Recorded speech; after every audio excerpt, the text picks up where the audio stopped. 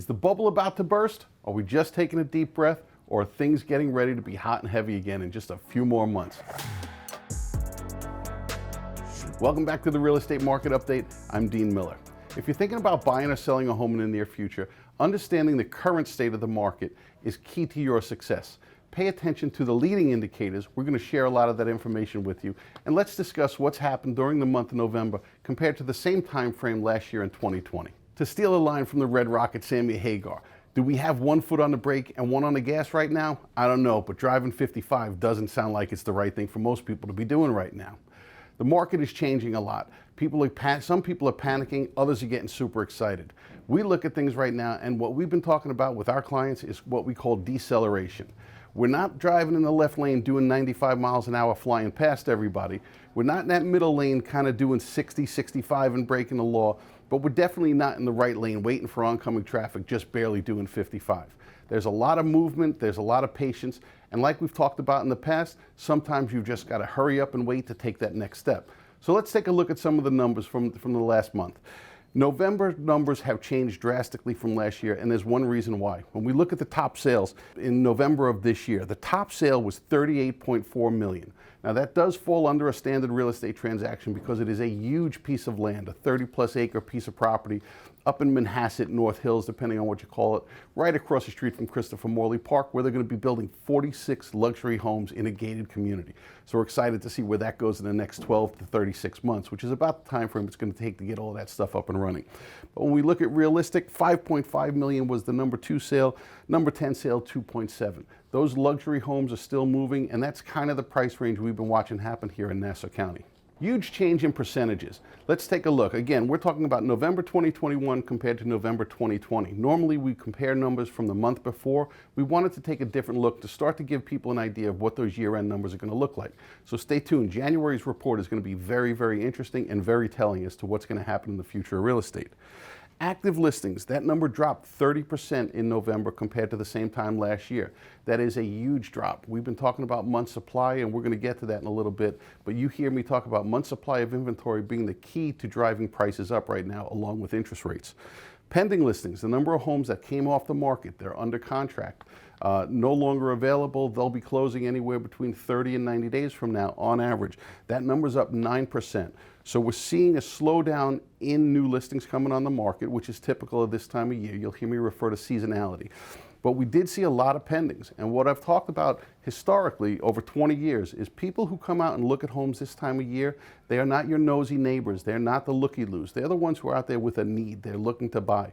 So holding off on selling until the spring just because you want to get more activity, today may be the best time for you to put your house on the market if you're considering making a move in the next couple of months. Sold listings, the number that closed, that number is down 23%. Again, seasonality has a lot to do with it. We had a frantic spring and summer. Some people are just exhaling, taking their foot off the gas a little bit and decelerating, but definitely not dipping. Average prices skewed a little bit this month because of that massive $38+ million sale, but we're looking at an 18% increase. And if we take that big sale out, we're probably looking at somewhere around high 15%, low 16% appreciation. Still a massive number. If you can get an 18% return on your investment annually, you're doing pretty damn good. Median sale price, in my opinion, is one of the most important numbers. That's the middle of the market. So if 100 homes sold, 50 sold above this price, 50 sold below it. That number's up 12%. We're looking at $680,000 as the median price here in Nassau County. It's an incredible number. We've shown massive appreciation over the last 3 or 4 years. We expect to see these numbers continuing to increase for the reasonable future. Time on the market, how long homes are sitting from the day they're listed to the day they go pending. That number's down 22% this year. Again, homes are coming off the market quicker because more and more agents and more homeowners are more strategic in their pricing strategies, pricing homes right to get top dollar, to get that asking price and above. We're not looking at overpricing a house, sitting and waiting and hoping someone will come along and pay your price. Month supply. This is the number that I talk about constantly in every conversation I have with people who are considering making a move. Month supply of inventory is down 38% from this time last year. That number is down to 2 months supply. What does that mean? If nothing new comes on the market in the next 60 days, give or take, there will be zero inventory left if we continue to sell at the pace that we've been selling at. This is extremely low, almost historically low. And the fact is, If you're thinking about making a move and timing isn't an issue, but you think waiting for the spring is going to get you more money, it may be a mistake. You may want to consider putting your house on the market now. Talk to your professional, understand the pros and cons of listing your home today as opposed to waiting until March, April, or May of next year. And the final piece of the puzzle that has an impact on what's happening with the market, interest rates. Now, we are still ridiculously low. I can't say historically low anymore because we are over 3%. Interest rates have crept up 7% from November of last year. We're looking at just short of 3.25% as an average interest rate nationwide, according to bankrate.com.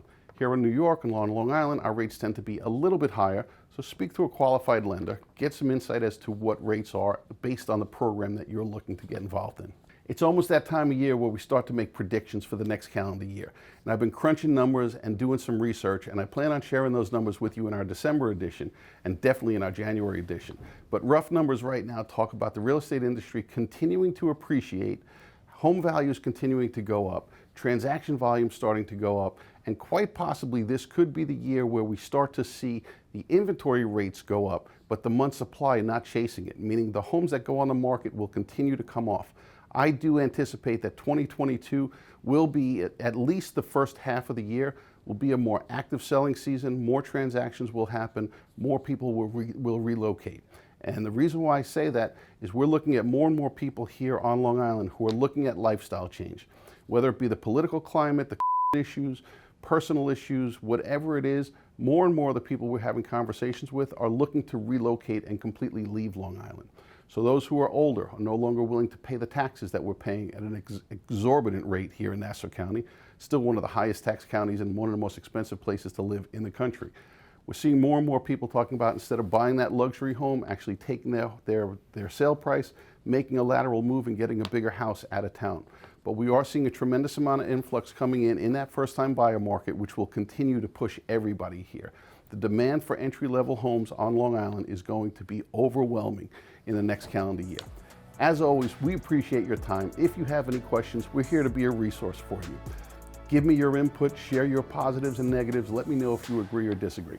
As always, thanks for your time. Have a fantastic day.